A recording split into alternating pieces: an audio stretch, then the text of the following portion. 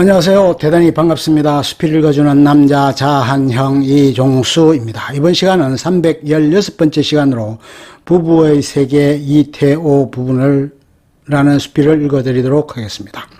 부부의 세계 이태오 나무 위키. 인간적이다.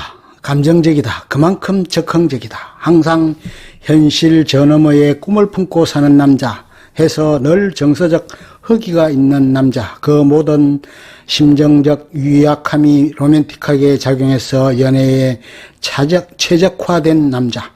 조감독 생활 8년 만에 장편영화 데뷔를 했으나 흥행에 실패한 전적이 있다.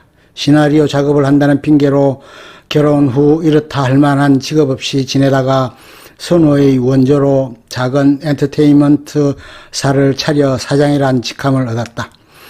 지자체에서 주관하는 각종 공연 및 이벤트를 수주받아 건건히 유지해 오는 중 현재는 지자체의 문화진흥기금을 지원받아 영화 제작을 추진 중이다.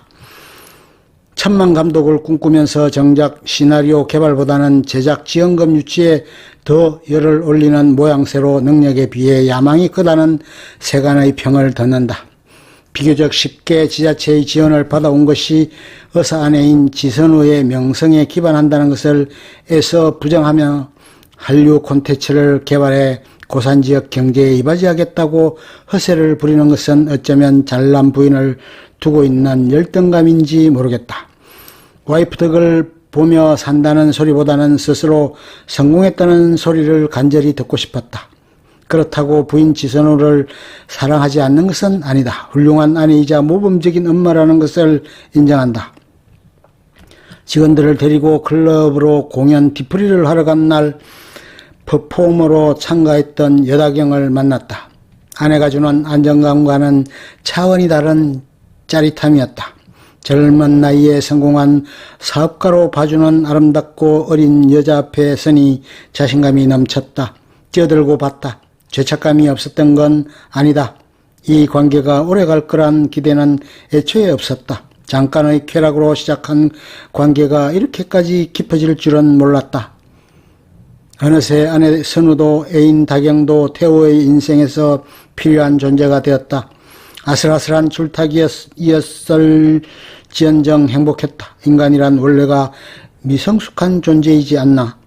결혼 이후에 찾아온 사랑이 이토록 잔인한 형벌을 받을 만큼 제약인가. 아내가 이렇게까지 날 망가뜨리지 않았더라면 적당한 선에서 멈췄을 거다. 모든 건 아내가 자초한 일이다. 본때를 보여줄 생각이었다. 새 여자를 찾아 어머니와 이혼한 아버지는 아들인 자신마저 저버렸지만 아버지처럼 무책임한 사람이 되고 싶진 않았다.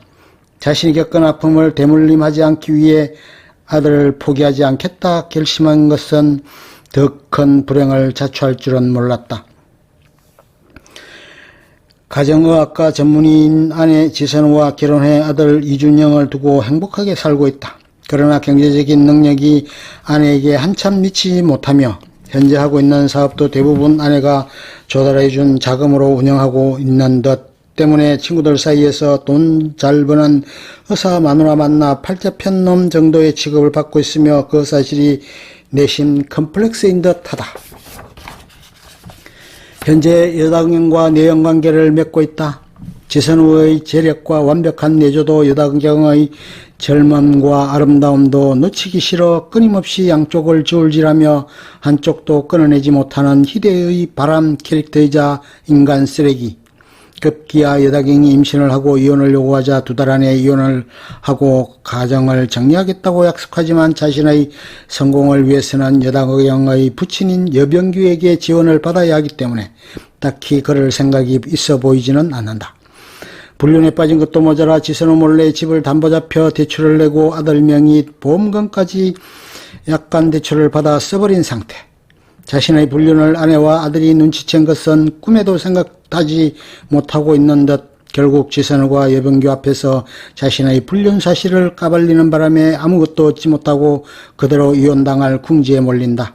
그러나 이때 여다경의 이웃이었던 민현서의 기둥서방 박인규가 지선우가 민현서를 시켜 미행해왔다고 까발리면서 모든 진상을 알게 되고 이를 이용해 지선우를 정신 이상자로 몰아 아들만이라도 자신 편으로 만들 수작을 꾸민다. 하지만 지선우가 한 발 앞서 아들을 빼돌렸고 집에 돌아왔을 때 지선우가 아들을 죽였다며 광기를 터뜨리자 결국 분을 못 이겨 아내를 폭행한다. 하지만 이는 지선우의 작전이었고 덕분에 아내를 죽일 듯이 팬 현장을 죽은 줄 알았던 아들에게 보이면서 결국 아들에게까지 버림받는다.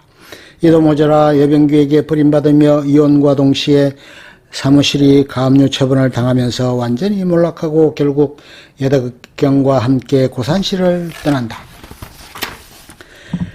극중에서 일어나는 모든 갈등의 원인이자 극중 핵심 빌런 조광지처 클럽의 한은수, 안내상나, 이기적, 오대규, 아내의 유효옥의 정교빈, 아내는 살아있다의 추태수 따위도 능가할 정도의 캐릭터.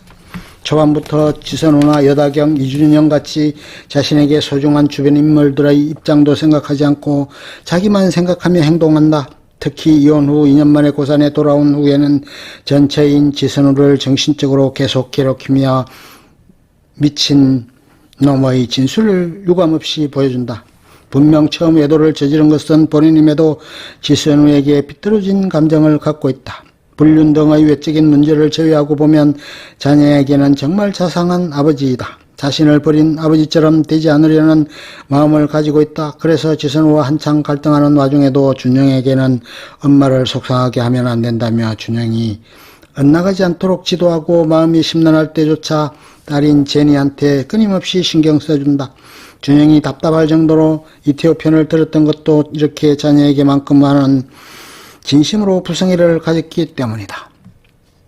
하지만 그렇게 더욱 불륜을 저지른 이태호가 남뻘 인간인 것이다. 이태호가 차라리 자녀에게 소홀한 아버지였다면 준영은 확실히 어머니인 지선우와 가까이 할 것이고 나름 깔끔하게 잊으며 지낼 수도 있었다. 이 캐릭터의 가장 큰 성격적 결함은 극도로 이기적인 성격과 더불어 절대 자신의 잘못을 인정하지 않는 것이다. 같은 불륜남이지만 최소한 반성할 줄 아는 손재혁과 대비되는 부분, 다른 사람들에게는 도덕적으로나 신의관계에 있어서 대단히 엄격한 주제의 자신의 비행에 대해서는 끊임없이 자기 합리화를 하거나 남 탓을 하기에 바쁘다. 그 성격적 결함으로 인해 지선우의 자살 기도까지도 아들의 탓으로 돌려 준영의 뺨을 후려쳤다. 그나마 있던 장점마저도 이제는 날아가고 만 것. 조금만 어려운 일이 생기면 곧바로 회피하고 거짓말과 합리화로 넘기려는 나약함이 이태호의 가장 미성숙한 부분이다. 잘못을 인정하는 것은 큰 용기와 결단이 필요하기에 강한 마음이 없다면 하기 어렵다. 끝. 좋으면 좋아요, 구독, 알림 설정 눌러주세요. 감사합니다.